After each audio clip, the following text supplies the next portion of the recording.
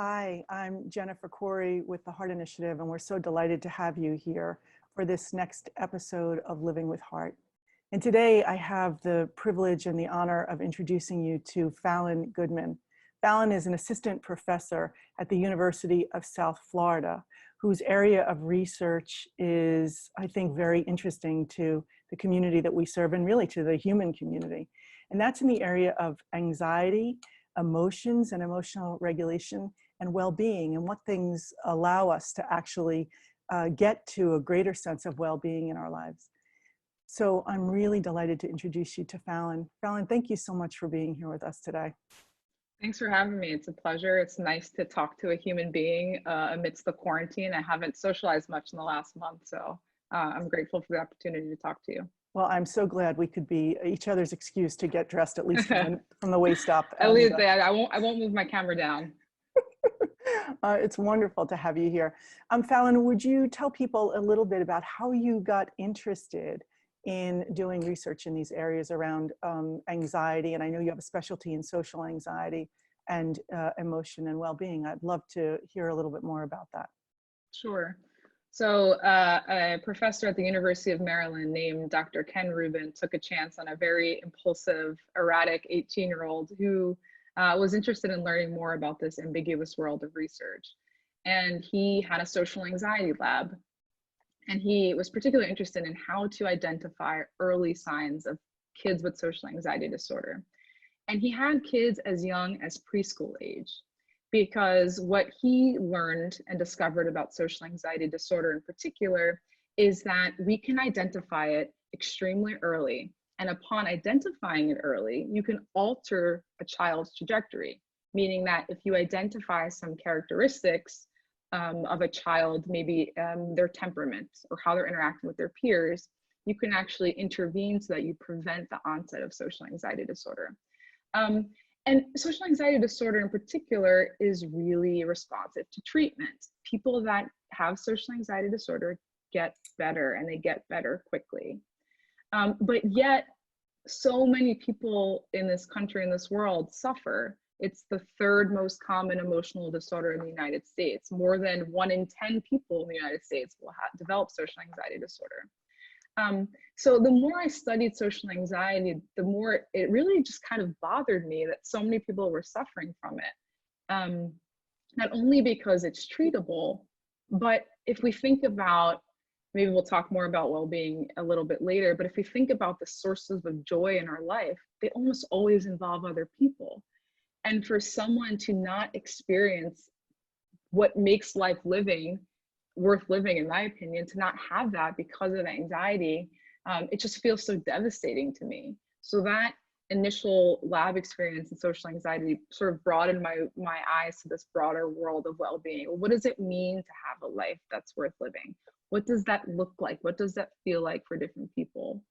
So more recently, I've been focusing on the best ways to measure well-being, the best questions to ask people about their daily lives, things that they're doing every day to increase or decrease their well-being. So my lab mission at the moment at the University of South Florida is really just to understand how people best navigate their lives, manage their emotions in order to live the most fulfilling, meaningful life possible. Oh, we have such similar goals and are just coming at it in different ways, because one of the primary missions of the Heart Initiative is to end what I call unnecessary suffering. So there are people who are already diagnosed with something, and that in and of itself is difficult enough.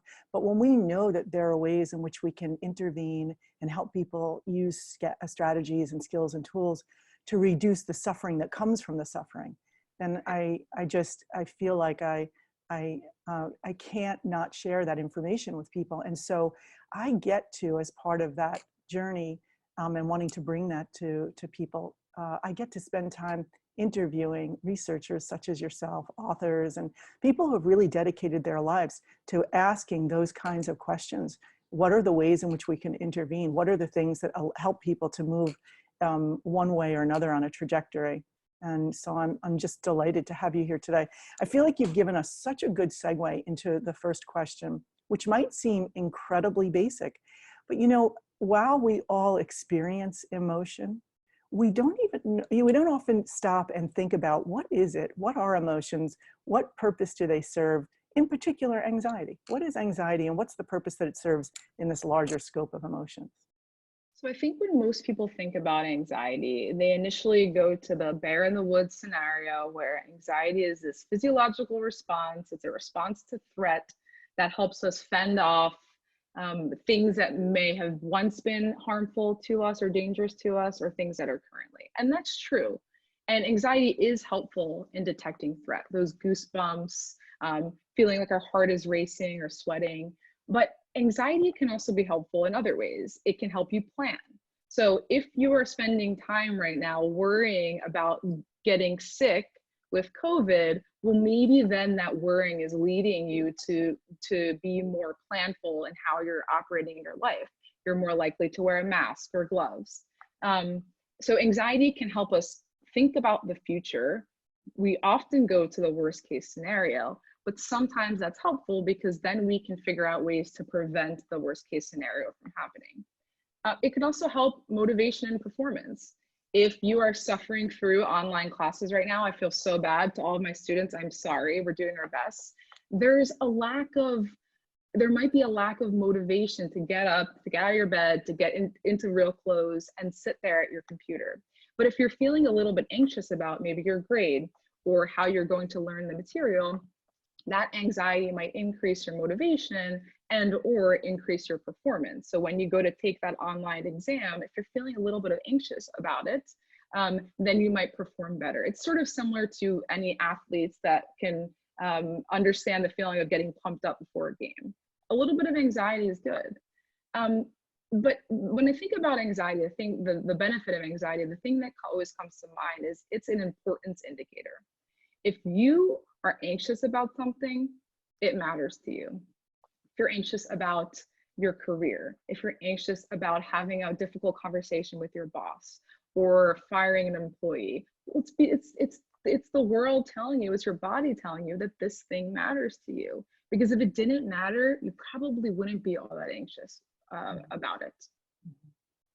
So that's a wonderful way to frame anxiety, is that it really is here because it serves a purpose.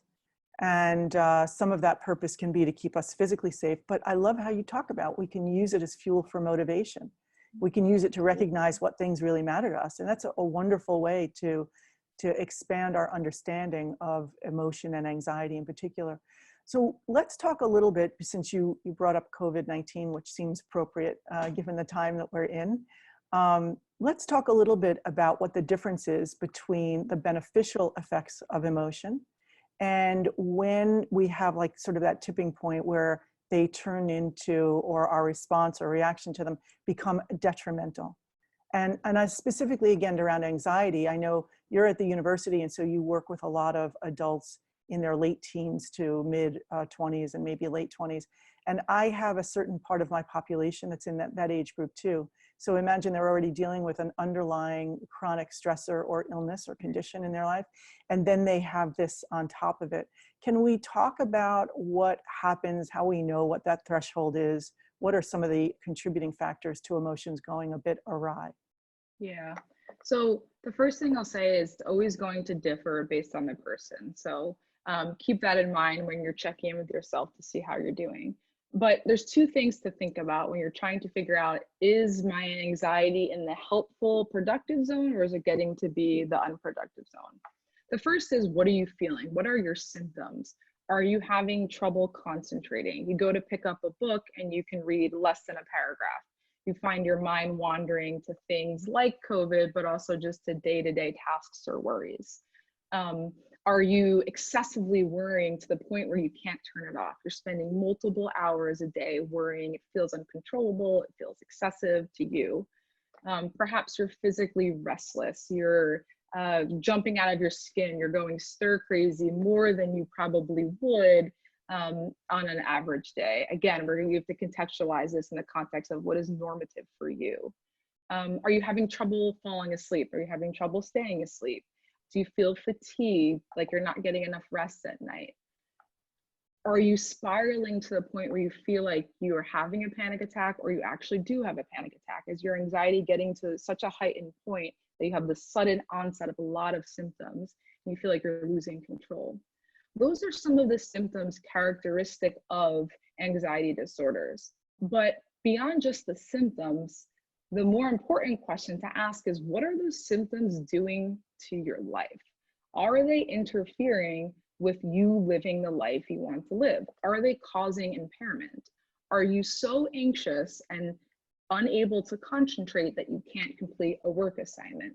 Are you trying to interact with your children, but you're realizing that your mind keeps worrying and so you're not present focused? So in addition to just checking in with what you're feeling and the level of those feelings and symptoms, it's just as important, if not more important, to understand how those symptoms or those feelings are interfering with the life you want to live. So maybe that brings us then to a natural next question, which is, what are some of the things that might make us more susceptible to that, but every bit as important, and maybe even more so in this sort of time of acute, even people I think who would not identify as anxious are reporting to me, and certainly, in the world, that they're feeling an anxiety, and not an inappropriate response to what's going on. But what is that piece that either allows us to navigate with it and to use that as fuel, or to be sort of undone by it? Well, psychologists, maybe I'm not speaking for you, Jen, because you're one of the best, but psychologists, and especially researchers who are psychological researchers, we get in our heads, we're stuck in our heads all day. Our bodies just walk our heads around the world. And so the first things first is you need to take care of your body. Coping ahead, getting your body most prepared to encounter stressors, whether that is nutrition, exercise, or sleep. We often forget that that's really where we need to start to build our resources so that we are not depleted. Because when we are physically depleted, whether we are exhausted or sick or we haven't eaten all day, we're going to have less capacity to navigate and tolerate all of these stressors that come up. In terms of back to our head now, I can only go outside the head for a couple of minutes, back inside. But you know what? I think, Fallon, that's such an important place to start. We live in this very mechanized world where we think, oh, the things of the mind or the emotion belong up here, and the things of the body belong down here. And you see a heart doctor for a heart issue and a hand doctor for a hand issue. We forget this holistic aspect, this integrated aspect of our lives, and that emotional well-being. I love that you brought that to our attention, that emotional well-being really has to start in the body. In recovery programs, they talk about HALT, H-A-L-T. Are you hungry, angry, lonely, tired? That you look first at those four pieces, right? And there's the physicality of it. Are you hungry? Are you tired? That those are every bit as important as what might be going on in terms of your environment and how you're processing it. So thank you so much for reminding people of that, to go to the body first. Absolutely. I mean, if we stick with the sports analogy, if you go to play, I used to play soccer, my husband at this point, but if you go to play a soccer game, you haven't eaten all day, you didn't sleep the night before, you're probably going to perform worse off than had you properly taken care of your body. So you have to cope ahead and give yourself the best chance to deal with stressors when they come. In addition, we want to be thinking about what is your willingness to tolerate discomfort? If there's anything that we know that's a given in this world, we talk about death and taxes, but I would add something, which is discomfort.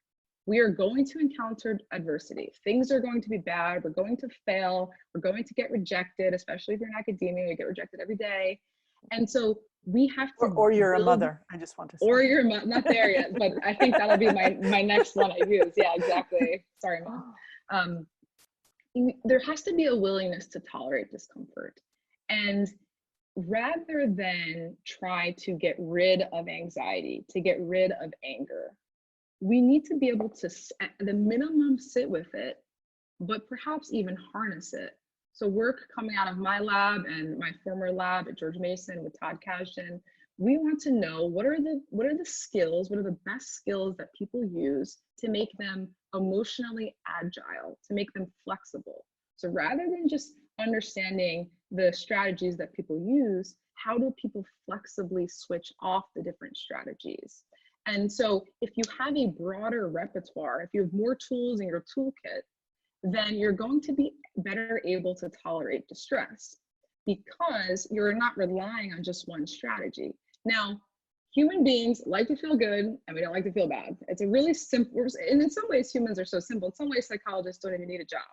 We are very, very simple. We want to feel good and not feel bad. And as a function of that, we really try hard to get rid of or avoid or suppress uncomfortable experiences. But the more we try to avoid, oftentimes the very thing we're trying to avoid comes back with greater intensity or frequency. If I were to say, please right now, whatever you do, do not think about a bright orange unicorn. You're probably thinking about a bright orange unicorn. And it's the same thing when we're trying to get rid of anxiety. It kind of bubbles back up almost like a balloon. So rather than trying to get rid of it, focusing on more flexible responses to it when it comes up. So the one other thing that, so we've got physical body, we've got distress tolerance, but also related to distress tolerance is, what are your attitudes about emotions, or what are your relationships with emotions? Now this sounds super heady. How could you have a relationship with this thing that exists in you? But for example, how valuable do you think anxiety is? How valuable do you think anger is? How changeable is anxiety? How changeable is anger? Because if you don't think it's valuable, or you don't think it's changeable, when you experience it, you're going to try to get rid of it. But as we opened up this conversation, Jen, with your first question, we know that anxiety could be valuable in certain ways when harnessed in particular manners. And the same is true for almost any negative emotion or uncomfortable emotion.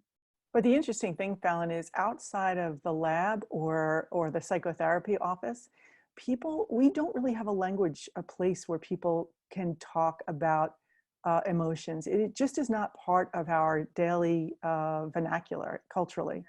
The only time we think about emotions is when they arise, and the ones that get most of our attention are the ones that feel really unpleasant. And so often, to your point, the response to that, the reaction immediately is, how do I move away from that discomfort? We like suffering in our historical or philosophy books, or in the great Greek tragedies where we get to watch the archetype of the hero's journey. When it comes to our own lives, we so quickly lose focus of that, which is one of the reasons I love poetry and I love philosophy, because this is really where we speak a lot to, even this darkness has purpose. It's the reminders of, this is not wasted. And it's not to say that we go out and seek pain or discomfort. However, I want to say that in the work that I do with people, one of the things I do is I ask them to do one hard thing every day. And the purpose behind that is to help build the muscle around discomfort. Now, by hard thing, I don't mean jump off of a building and hope you land on your feet. But I mean, be willing to walk 1.5 miles when a mile is as far as you've gone ever up to this point. Be willing to make that phone call that everything inside of you is like dreading to do. Because what we're doing is we're building that muscle. The interesting thing about difficult times is this is really where our character gets shaped and built. There are opportunities wedded in here. And again, not that we would go out and seek a pandemic, but to your wonderful point, suffering is a part of life. And what do we want to do with it when it's here? Yeah. I think when we're talking about how to cope with or respond to negative emotions, we really, which is what you're getting at, we really need to make room for discomfort, make room for negative emotions. Now, what does it look like practically?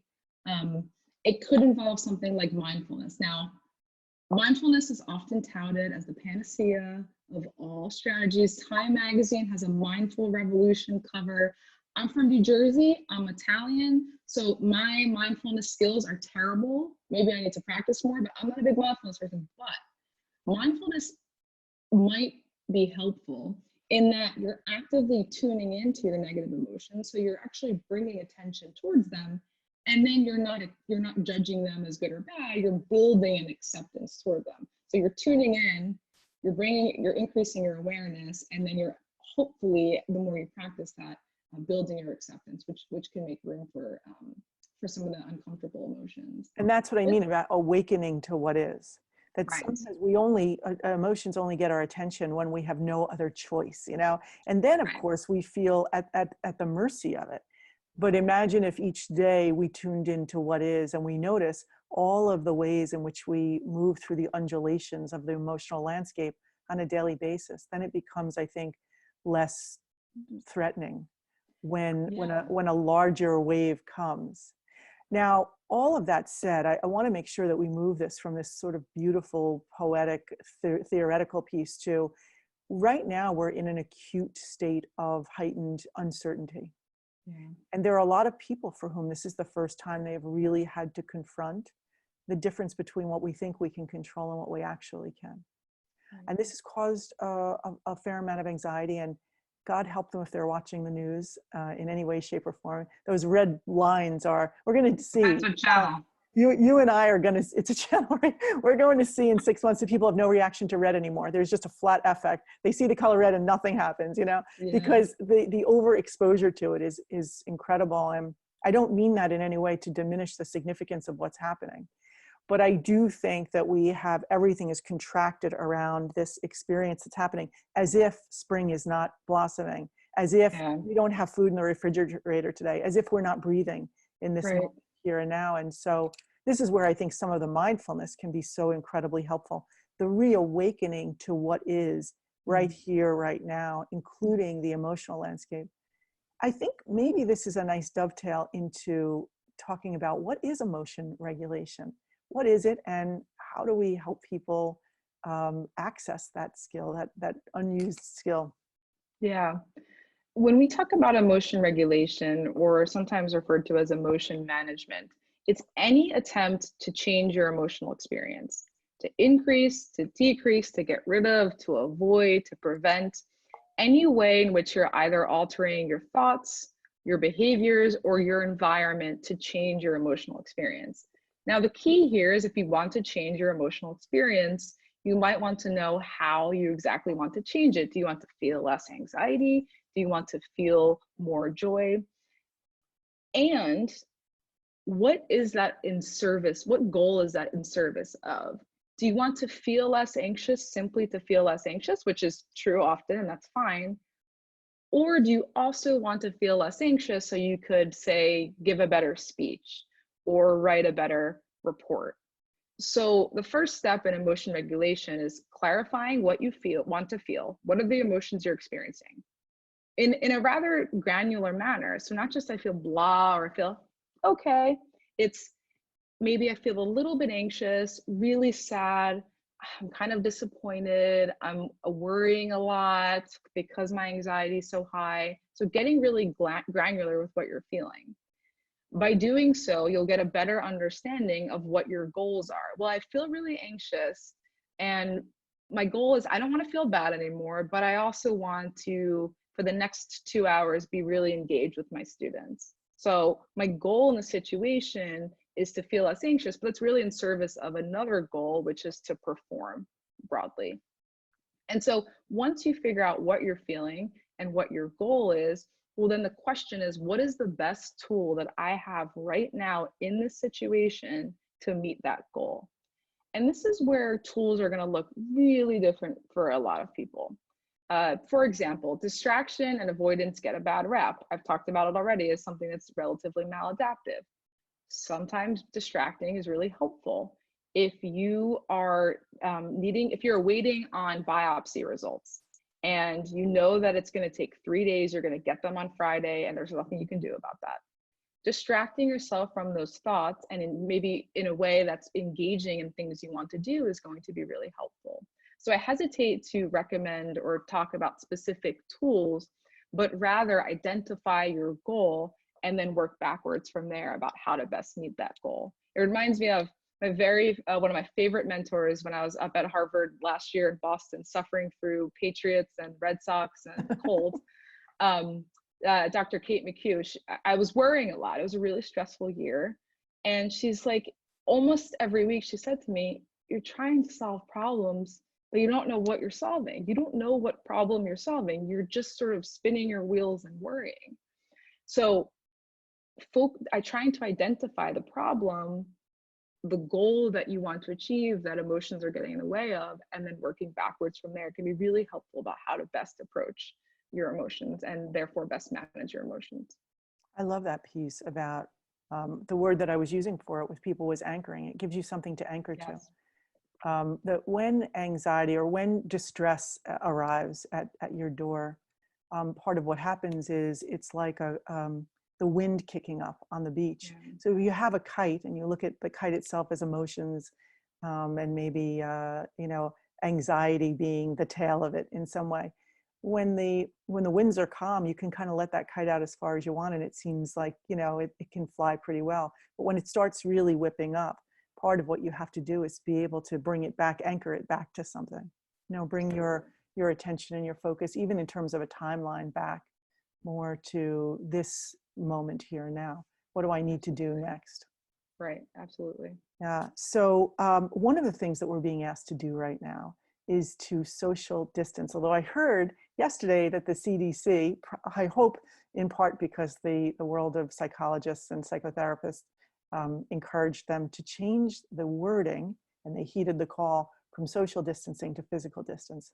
Nice. Because even just that word, social distance, had a kind of weight and implication to it in terms of this need to withdraw, retract from the world in some way. So can we talk a little bit about the impact of relationships on emotional health and well-being? And then we'll talk a little bit about how to be able to create physical space without having some detrimental effects that might come from distancing emotionally from people. Sure. Yeah, I like that term. I've also heard distant socializing, which is a nice one too, but that's assuming people are actually socializing, which they might not be. Um, so what we know from decades of research robustly is that social relationships matter for well-being. It is one of the most commonly found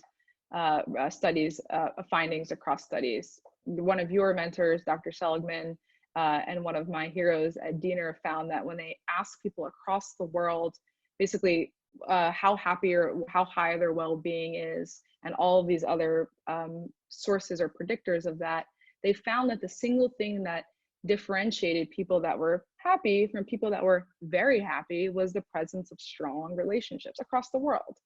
As psychologists and as scientists, we don't often find findings that are this strong. So we can be really confident that social connections are important for multiple areas of our life. So it is a challenge because we are now faced with less opportunity built into our daily life to get those powerful, potent connections. But the thing is, the recipe for well-being hasn't changed. What's changed is the way in which we get there. And so if you're able to identify the types of social interactions that have been beneficial for you, well, then again, with the idea of working backwards, is it okay, if these types of interactions, whether it's a one-on-one coffee date or a group of friends, if those tend to fill you up, then your job is to figure out new and creative ways to build those interactions into your life, how it best fits your own needs. Do you have any suggestions for people? We have some people who are quarantining or keeping a distance at home, and they're there with their family. And this can be both a good thing and a challenging thing. And then we have some people who are home on their own. Do you have any thoughts or suggestions about how people can navigate that space around this isolating, but without cultivating loneliness or heightened stress in family relationships? And so shout out to all the parents doing homeschooling right now. Oh my Lord, you deserve a paycheck from universities and schools for all you're doing. It's a challenge. We're in a situation, this is a situation that is truly novel. It has disrupted multiple areas of multiple people's lives. For the people that are fortunate enough to have the luxury of time right now, So we often, especially in the States, people are so big. I'm so busy. I don't have time. I can't get to this right now. I have too much on my plate. And if you are in the group of people that are fortunate enough to have increased amount of time right now, given your work lives being changed, well, then this is a really cool opportunity to use that time.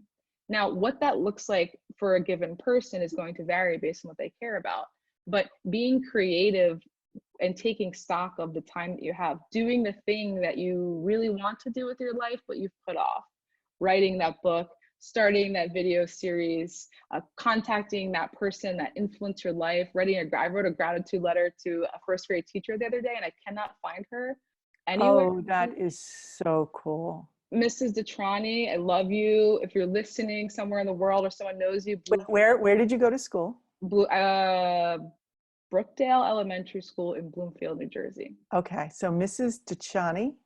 Detrani. Detrani. Yeah, it was a long time ago, so I'm not sure where and how she's doing in the world, but I have a letter for her that I wrote. Something that's always sort of just lingered in my head. I don't know why. I don't know why I never did it, but I thought, what else am I going to do right now? And that gratitude fostering was really a nice well-being boost for me, and I hope it will be so for her to illustrate how much she meant to me. She was actually my teacher for 2 years. So this idea of time scarcity that we typically have being sort of now flipped over into time abundance. And again, the very, very important caveat is it is going to depend on your own scenarios in terms of your job and your economic situation. But if you are among the lucky that now has more time, something that might be helpful to maintaining your social connectedness is using that time in creative ways and then harnessing the technology that we have. We're really lucky that this pandemic didn't occur 30 years ago. Were we writing letters still 30? Like the internet, surely, gosh, this is showing how young I am. You can ask those of us who were here 30 years ago. Yeah, I almost asked you, Jen, but I didn't want to date either of us. Yes, we were writing letters then, yes, and we had phones that were attached to the wall. Oh, I was thinking of like a can with a wire across to your neighbors to socialize. But we're privileged in the sense if you have access to internet reliably and you have access to these devices, then we have a real privilege right now to take advantage of it and to be creative. So whatever that looks like for people, I know my family, we're obsessed with food, so we're doing a cook-off. Italians again, we're doing a cook-off this week where we're gonna FaceTime each other and have this whole meal planned. So little things like that. Again, I think the key is that the sources of well-being haven't changed. What has changed is how you get them. Mm-hmm. One of the things that I've been recommending to some of the people that I'm working with is, in addition to those social connections, is to see if they can find a way to meaningfully contribute to anything in this period of time, meaning that you might use that social connection to check in on somebody, as opposed to, then it's a dual purpose. You get to fill your own need for connection. But when you do it from that place of, hey, you know who I haven't spoken to in a while? I want to check on that aunt or uncle or, my neighbor or my friend's mother who I haven't spoken to, and just see how they're doing. That one should never underestimate the power of that kind of seed of kindness being put out there in the world. But there's a reverberating effect for it, what comes back for us in terms of a boost of well-being. You were talking earlier, Fallon, about understanding what our goal is when we're looking at emotion regulation or emotion management. Are we doing it to reduce something or to build something? And I always love that dualistic model of reducing and building simultaneously. So we can reduce the loneliness and build the sense of meaning at the same time. Absolutely. Yeah. So this has just been so incredibly helpful. Let me ask you one more question about the social isolation piece. In my case, I have a father-in-law who's 95. We've come up with some creative ways. He's in Florida, some creative ways of connecting with him, but they're few and far between.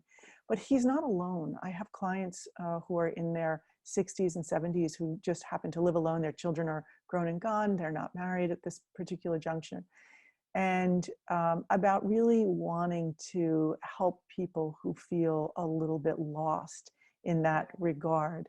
And I I wonder if you have any thoughts about that particular kind of age group and the ways in which sometimes it's hard to know how to reinvent yourself, especially if you're older and you're not necessarily technology savvy. So I don't mean to put you on the spot with that, but I'd love to hear what the thoughts off the top of your head are about that piece. So I would say a couple things. I think if the bar is to reinvent yourself or reconstruct your life, then you are aiming too high and you're aiming unnecessarily high. If you, if an older person is luckier or privileged enough to have younger people of younger generations around them, this is a really good time to show your vulnerability and ask for help.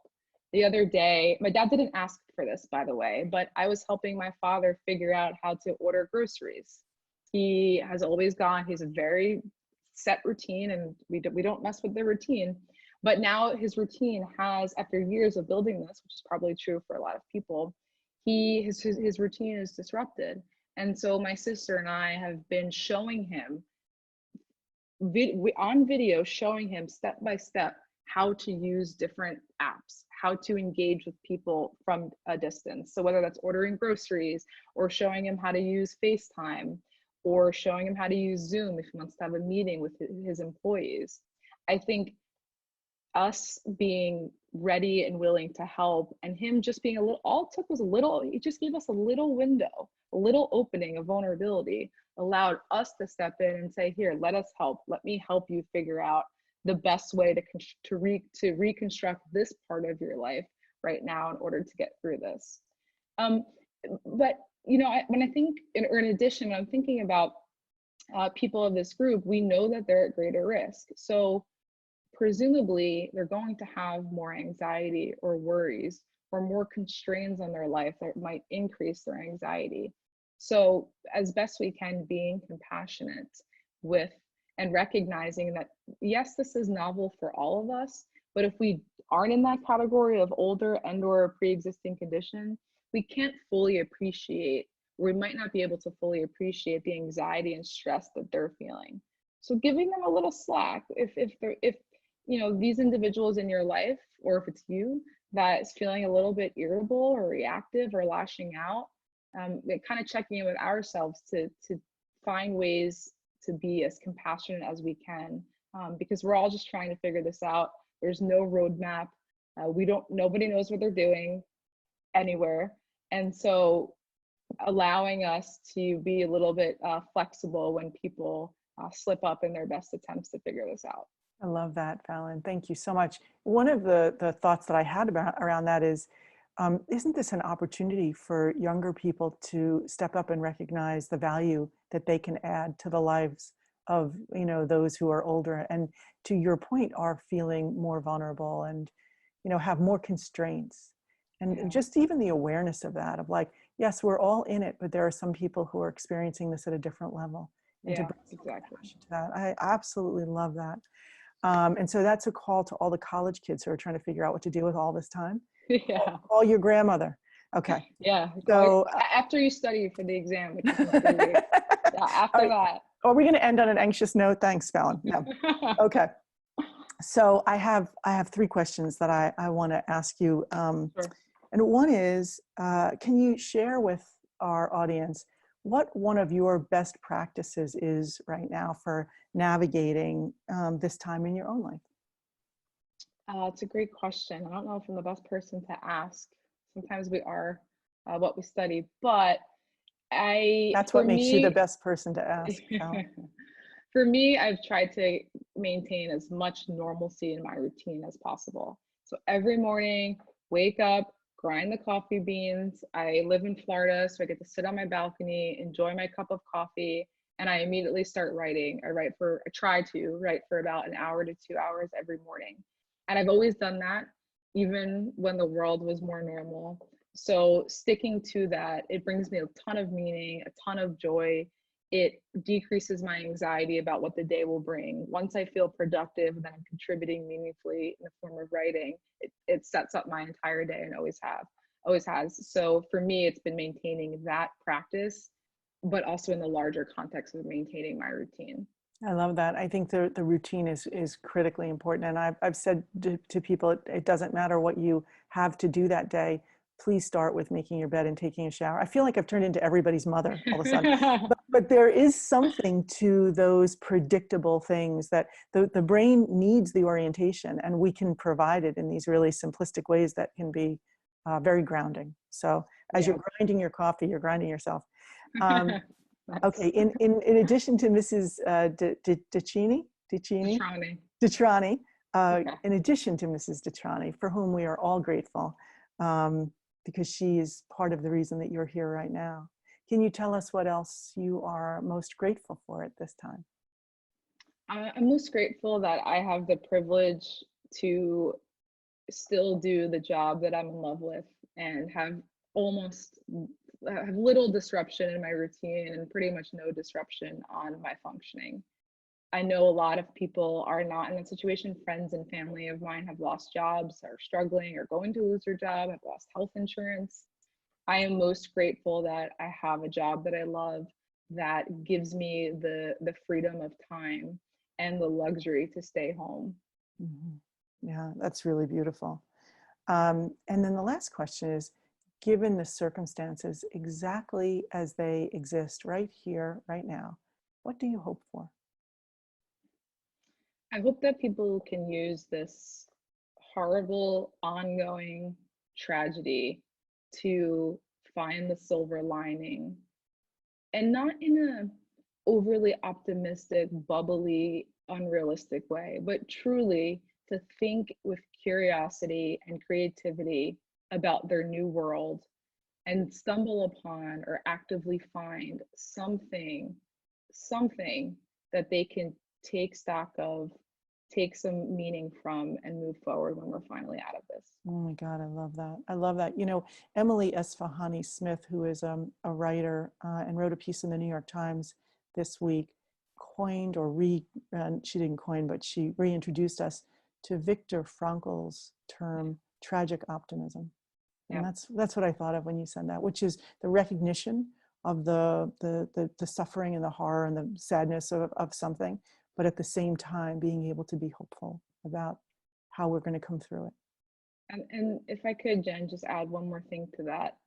As we recognize this suffering, frankly, it often reminds us of our own mortality. And for a lot of people, myself included, that is one of my strongest motivators, that I have this finite amount of time to live the life I want to live and contribute to the world in the ways in which I want to contribute. And so, in the moments when I feel paralyzed by that anxiety, if I can harness it and twist it and use it as my fuel to make use of my days, to make use of my time, to make use of my health, then I'm a little bit better off. And in the midst of the pandemic, when that anxiety about our own mortality kind of lingers beneath the surface, as best we can use that to guide behaviors in a values driven way. Fallon, oh, I feel like I could talk with you all day. I cannot thank you enough for the wisdom that you shared. You know, your knowledge is wonderful. Your wisdom is just staggeringly beautiful. Thank you. And thank you for that piece that you just ended with. This is a perfect way to end this. We're going to share your web address so that if people want to know more about your research, they have an opportunity to do that. So that will come at the end of this video.